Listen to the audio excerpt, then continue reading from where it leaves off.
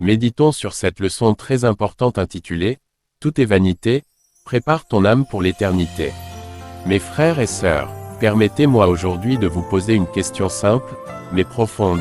Mes frères et sœurs, c'est vous. Où sont vos vêtements et vos chaussures? Où est passée votre bicyclette, votre moto, votre voiture, votre yacht ou même votre jet privé? Pourquoi n'êtes-vous pas chez vous, entouré de tout ce que vous aimez? Et vos diplômes de premier, deuxième ou troisième cycle, ces parchemins fièrement obtenus dans les grandes universités, où sont-ils? Où sont vos passeports, vos visas, vos cartes bancaires, vos téléphones dernier cri? Où sont vos bijoux, vos vêtements luxueux, vos parfums et vos beaux sourires d'antan? Mes frères et sœurs, imaginez un instant, le jour où tout s'arrête, le jour où le souffle s'éteint et où la vie terrestre s'efface. Ce jour-là, toutes ces choses que nous chérissons tant ne répondront plus à nos appels. Plus de téléphone, plus de réseau, plus de comptes bancaires, plus de maquillage, plus de sécurité, plus de luxe. Il ne restera qu'une seule chose, notre âme. Salomon, le roi le plus sage, après avoir goûté à tout ce que la vie pouvait offrir, déclara: Vanité des vanités, tout est vanité.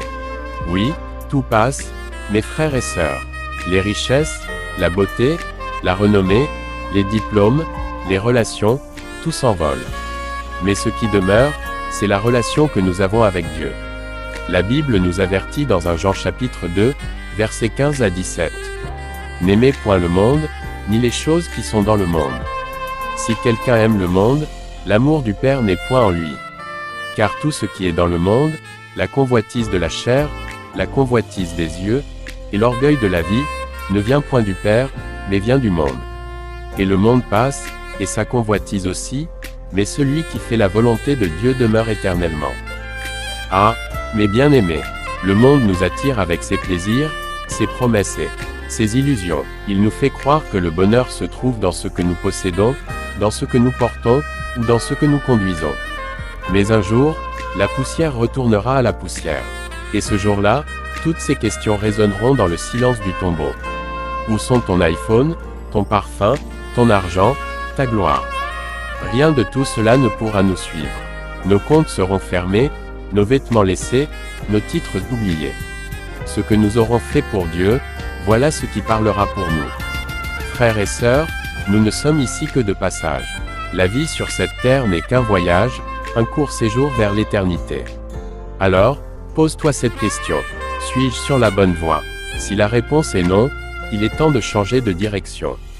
Car la procrastination spirituelle, le demain je me repentirai, peut coûter l'éternité.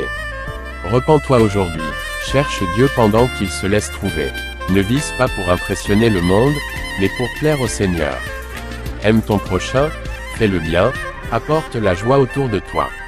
Car un jour, quand ton nom sera appelé, ce ne seront pas tes diplômes, ni ta beauté, ni ton argent qui parleront, mais ta foi et ton amour. Et toi qui m'écoutes aujourd'hui, ne laisse pas ce message s'éteindre dans ton cœur. Souviens-toi, la vie passe vite.